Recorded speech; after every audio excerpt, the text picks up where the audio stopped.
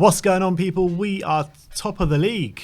Top of the league TV. We are top of the league. This is our player ratings. Obviously, Tottenham 1, Watford 0. As I said, Tottenham are top of the league and Arsenal are firmly at the bottom of the league. 0 goals scored, 9 goals conceded, and we have scored 3 goals and 0 goals conceded. So let's get straight into the player ratings. Let's start off with Hugo Lloris. We gave him a 6, and pretty much he had nothing to do the whole game. Pretty much. Yeah, Watford barely laid a glove on him, as you'd say. And you got to say, I can't remember too many saves he had to make throughout the game. I remember one early doors from Ismail Assar, which was pretty much straight at him, easy to deal with. They didn't really have too many efforts on goal. That's the truth. Yeah, definitely. Japhet Tanganga gave him a 5. I thought defensively he was on point. I mean, he didn't really have that much to deal with, to be honest, but I thought whatever was thrown at him, he dealt with. I thought he got up and down the pitch pretty well, but he was lacking in kind of his end product. His crosses were kind of poor into the box. But yeah, I thought it was an okay display from Japhet. I just think he needs to improve his output going forward. Yeah, I think, look, going the other way, defensively, he's a great defender. We've seen that. It's really tough to get past, and he's really, really solid and provides us a good base when he's there. But I just felt his quality on the ball, not even just the final third quality. I felt a lot of the time his interchanges, when he's trying to move the ball quickly, when he's running into space or chances to get the ball up the pitch quickly, I felt like he was lacking, and I felt like he struggled on the ball quite poorly, actually. And in a game yesterday where we're going to need him to kind of have that quality on the ball to try and open up Watford, where he doesn't just have to defend all the time, he has to go the other way.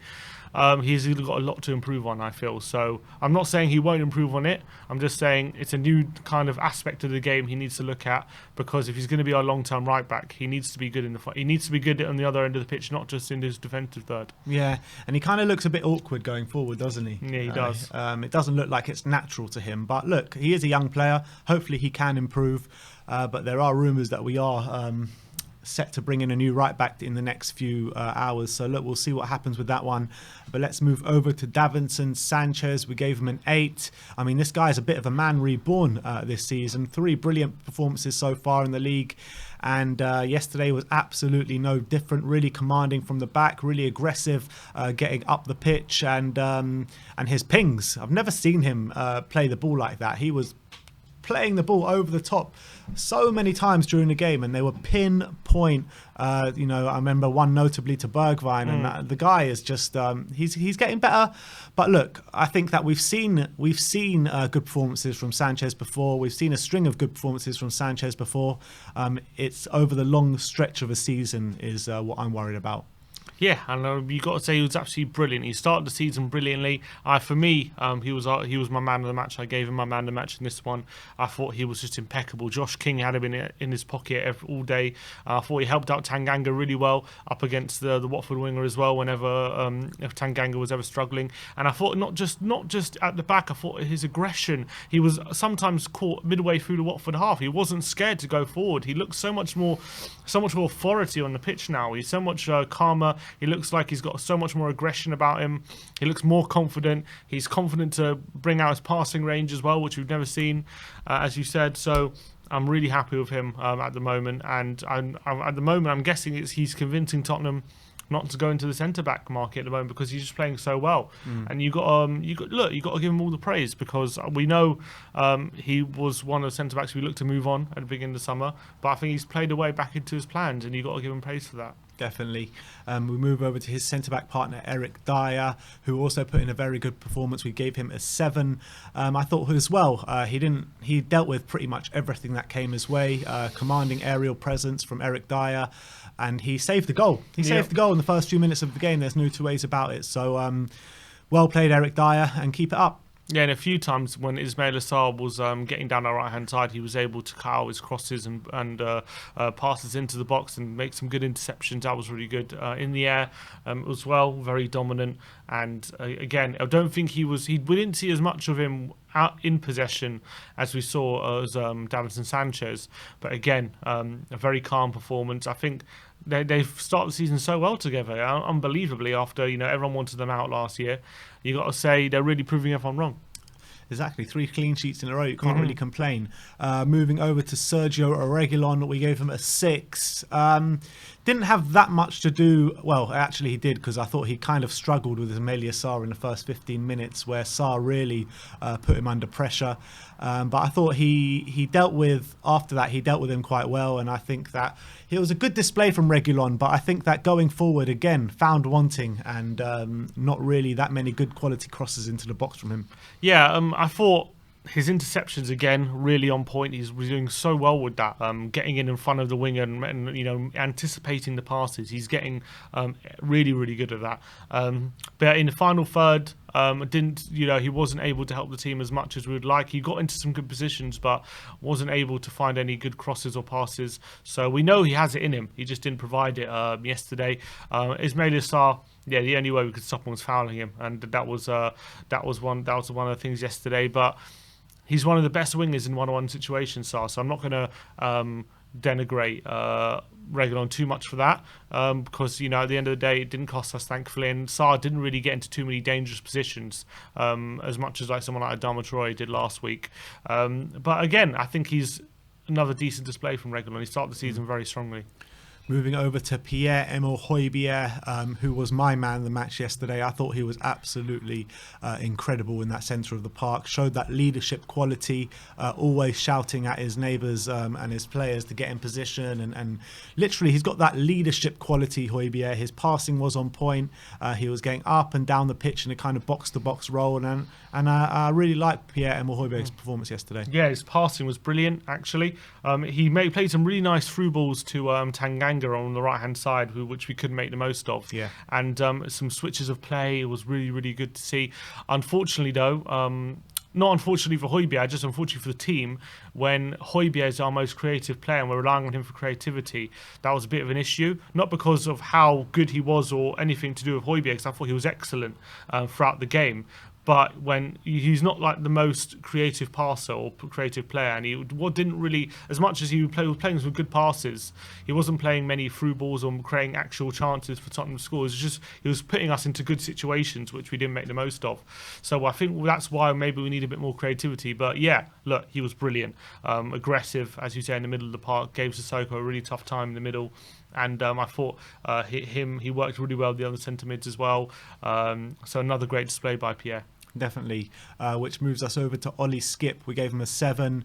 You say Højbjerg gave Sissoko a really tough time. I thought Skipp really did. He went head-to-head with Sissoko, and I thought he was the better player on the day. I really believe that. And I think with Ollie Skipp, he does a lot of good work that goes unnoticed. One of those, like... That kind of deep-lying role in midfield, just sweeping up everything, being really aggressive in the middle of the park. And I thought his passing was okay as well. Yeah. But good performance from Skipp, and he's carrying on his good start to the season. Yeah, I thought again, he seems at home in the centre of the park there defensively. He's a really good shield. I want to see maybe some more adventurous passing from him. I didn't see enough of that. But apart from that, I thought off the ball, brilliant. Him and Højbjerg and Dele working so well, making it so hard for the opposition to do anything, and it's helping us not just protect the back four, but also suffocate the opposition when they're coming out with the ball, and it's preventing them from starting any sort of attacks, and it's allowing us to put continuous pressure on the opposition at points in the game, which is really great. So Skipp's really, the more he plays, I'm sure the better he's going to get, but it's a really good start to the season from him. Definitely. Dele Alli, we gave him a 6. Hot and cold from Dele, in my opinion. I thought he was full of running, full of energy, full of that mentality that he has been showing this season so far. But there were some of the old Dele Alli that was creeping into this game, and I felt that there were a number of times where he would just kind of do one of his tricks or one of his flicks, and it just wasn't coming off for him. Many times he lost the ball yesterday. But having said that, as opposed to kind of the first 2 games of the season, he was getting in some good positions, probably should have got a goal. Yeah, that chance in the second half when Kane put it on a plate for him was a bit unlike Dele. That's miscuing a finish when we know he definitely has that in him. But what I'm loving about Dele at the moment is we're seeing him more in the final third today, yesterday. But even when he's not on song, in the final third, he becomes a massive liability off the ball. and at least now he's doing all the right things when in being at central midfielder. He's still doing the tackling, the pressing. He's still making it very, very difficult off the ball for the opposition. So I have more trust in Dele now, that even when he's not on song, he's still worth having in the team. Whereas before, you could say if he's off the boil, then he's anonymous, and he's not that anymore. I think like the minimum with Dele Alli now that he's shown in these 3 games is that he's going to put a shift in for the team, and that's exactly what he's doing, and that's good. And I guess, and as well with Dele, he's still adjusting to this role. So at the moment, maybe the balance isn't quite there to how much he's in the final third. But as the season, the more he plays it, I'm sure that balance will come, and I'm really excited about what this new Dele can do. Definitely, which moves over to HeungMin Son. We gave him a 7. Obviously, got the goal. Obviously, he meant it, right? Obviously, of course, he meant it. What a free kick! No, but a cross that went all the way through, and he actually said in his post-match interview was like, these kind of free kicks, I always try and aim for it to go on target, just in case it misses everyone, and that's exactly what happened. So that's a tactic, then, isn't it? Yeah, so that's exactly what happened. So you got to give credit to Son for that. I thought, in terms of our attacking trio in Kane, Bergwijn and Son, I thought he was probably our most dangerous throughout the game. But still, I still want to see Son take more command of games, especially against a team like Watford. And especially on his when he's played on the right-hand side, which he did, and I thought he did all right there. But he's so two-footed. I don't understand why. He seems to be reluctant when he plays on the right to cut inside on his left and have a shot like he would on the left-hand side. And I don't know what it is, because he has such a good left foot. He's so two-footed. I don't know why he wouldn't have the confidence to do that.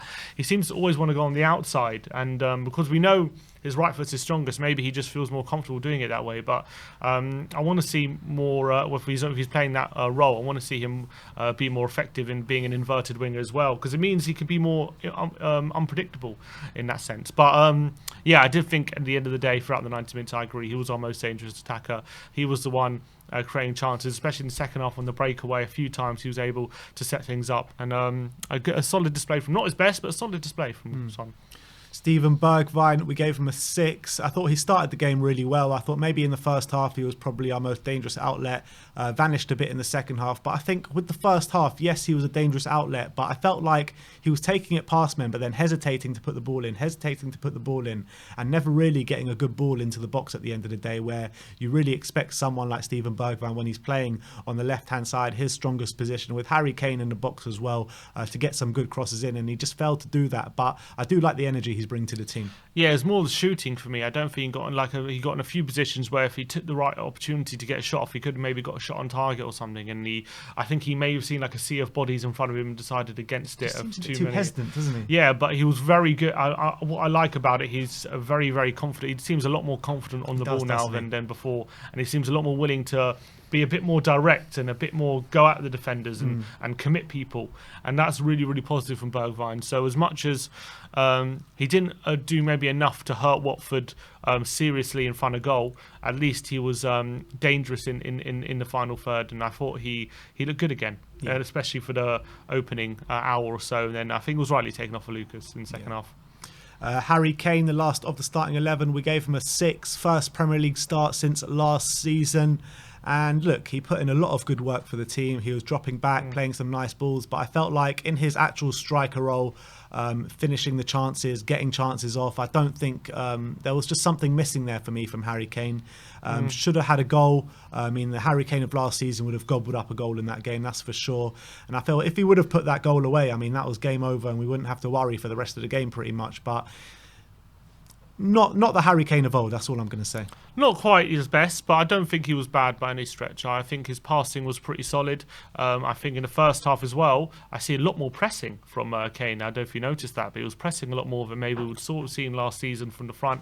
Obviously, he ended up getting a yellow card as well throughout the game for making a challenge in the centre of the park. Yellow card. It was a poor challenge, but I think maybe he wouldn't have done that potentially in last season, putting those challenges in midfield like that, being super aggressive. So that was positive. Should have obviously taken that chance. If Dele's finishing was better, he probably should have had an assist as well. And it was a good pass to Dele for on the counter there. And it wasn't his best display. We've definitely seen him play better, but I still think he contributed well to the team, and I still think he was okay. So I'm sure he'll have better games, but I think Kane looked like he was definitely giving 100%. That's all I'm going to say. Yeah. All right, and the substitutes, Lucas Moura came on for Steven Bergwijn around 20 minutes to go. We gave him a 7, and I think that Lucas Moura, he played really well when he came on, and he impacted the game positively. Shame we never got a goal when he was on the pitch, because I think we definitely were massively on top and probably deserved one. But he did his job when he came on. He got the ball, started running at the Watford defence and tried to make stuff happen. Yeah, and that's what he needs to do, and he has the ability to do that every game. He's so rapid. When he comes on for latter stages, I want to see him affecting the game like he did yesterday, because he was absolutely brilliant, taking people on, getting shots on goal, making keeper saves, so close to getting assist as well when Kane at the back post had just missed him. So I think, yeah, really positive from Lucas Moura, and we'll see if he's when the international break's over, if he's back in the first 11 or not. But whether as a sub or not, I think he needs to be impacting games like that, and it was absolutely a great cameo from him. Yeah. Brian Hill came on in the last few minutes for HeungMin Son, but nothing much of note. Not really sure he there. even got a touch, did he? No, I don't think he did. I can't remember one anyway. But Nuno Espirito Santo, we're going to give him a 7. Team lineup, I mean, that's the exact same team lineup as we predicted in the predicted lineup, but on hindsight, I think that maybe this game might have been more suited to a Lucas Moura or Brian Hill instead of Steven Bergwijn. I felt like with how deep Watford were, we needed players that could get the ball to feet and kind of take on a man to break the lines there. So that's the only down mark I could say on Nuno yesterday. But I thought that, 3 games, 3 wins, no goals conceded. You can't really complain. The team looks a lot fitter. The team look to have a lot more better shape about them as well. So look, I'm happy with Nuno at the moment. Yeah, I think he's still giving us a base at the moment, something solid to build on, a foundation that we can be compact and solid as a unit. And then obviously we didn't maybe look the most creative in possession, even though we had a lot of possession. We weren't the most creative team, and we weren't creating the best quality chances. And in the first half, even the moments, it was quite dull. But you have to say, the way we defended, the way we made it very, very difficult for Watford to build up through the lines and create any sort of ability, any chances as well. I never even was worried at 1-0 up, and later in the game they were going to concede. Watford just found it impossible to even break the mid block, not even get to our back four, and that's the main point. And that's what Nuno is doing for us. And even yesterday, we created much of the better chances in Watford, and we did in the second half create some good chances, and we definitely should have killed the game 2 or 3-0 with the chances we did create once Watford had to come out a bit and left space. So just need to work on how we're approaching teams when they're sitting so far deep, because I felt maybe we didn't do enough, and maybe either we need more creativity or a different kind of approach when teams are so deep like we were. But the foundation he's building in such a short space of time is very impressive. I'm very happy with how solid we look. So yeah, Nuno seems to be doing a good job at the moment.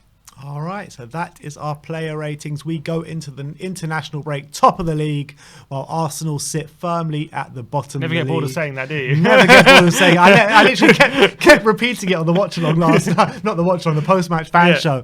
I'll never get bored of saying that, and I'm going to say it repeatedly for 2 weeks. So if you guys they have to look at that table for the whole international break. Exactly. Really. But look, stop the count now, really. Definitely, stop that count. But look, that is our player ratings. Let me know your player ratings in the comment section below. Like, subscribe, and comment. And as always, come on you Spurs.